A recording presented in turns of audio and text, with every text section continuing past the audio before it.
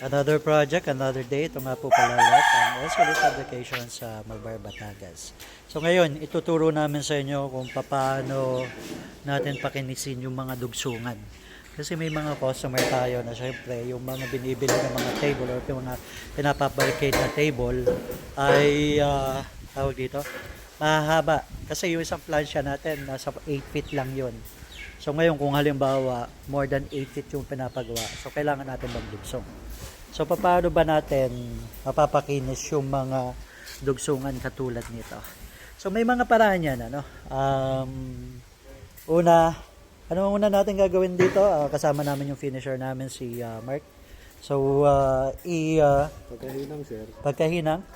buburay natin ang flap disc. Okay, so kakayodin muna natin ang flap disc.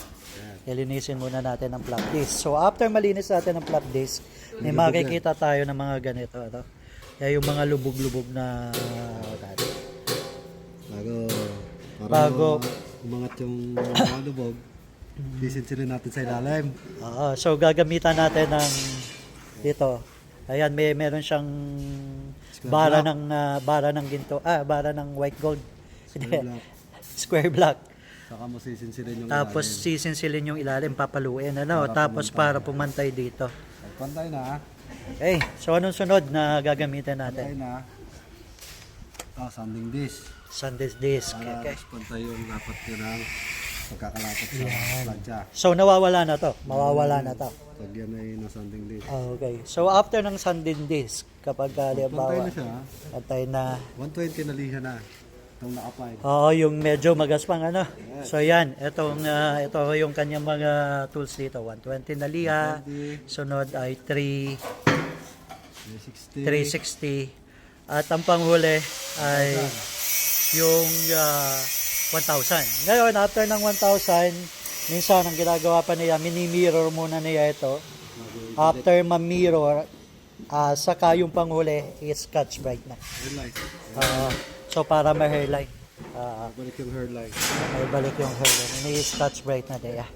So ganun lang yung proseso, ano? Ganun lang yung actually, mahabang proseso and then kailangan talaga ng mahaba ring experience sa pagpipinish ng stainless kasi hindi mo rin talaga kahit sunod-sunod yung proseso na gagawin mo at bago ka pala nagpipinish hindi mo rin agad magagawa, no? So kailangan talaga experience, ano? Okay, sa pagpipinish. So maraming salamat po. Kung may question kayo or meron kayong inquiry sa SLIT Publication, mag-chat lang kayo at mag-message kayo sa group sa Facebook or sa TikTok account namin. Maraming salamat.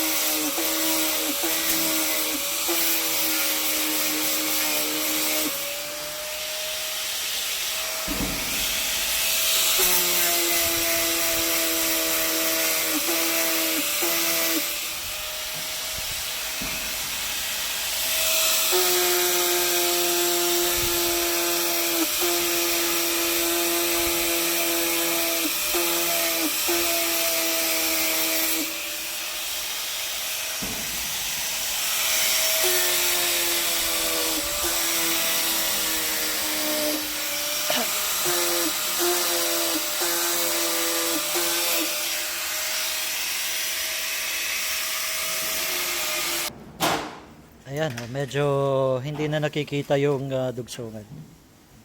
Ayan.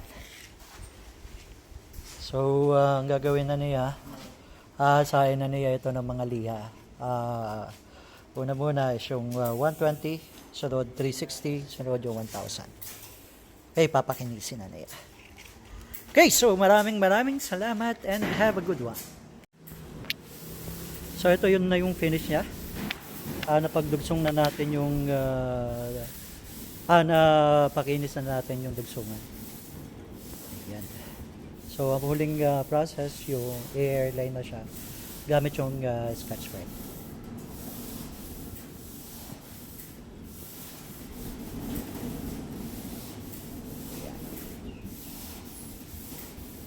Ayan. Kung mapapansin ninyo, hindi na halata yung dugsungan. Kahit dito natin siya tingnan. Ayan. So, wala na yung dugsungan. Okay, so maraming salamat sa inyong lahat.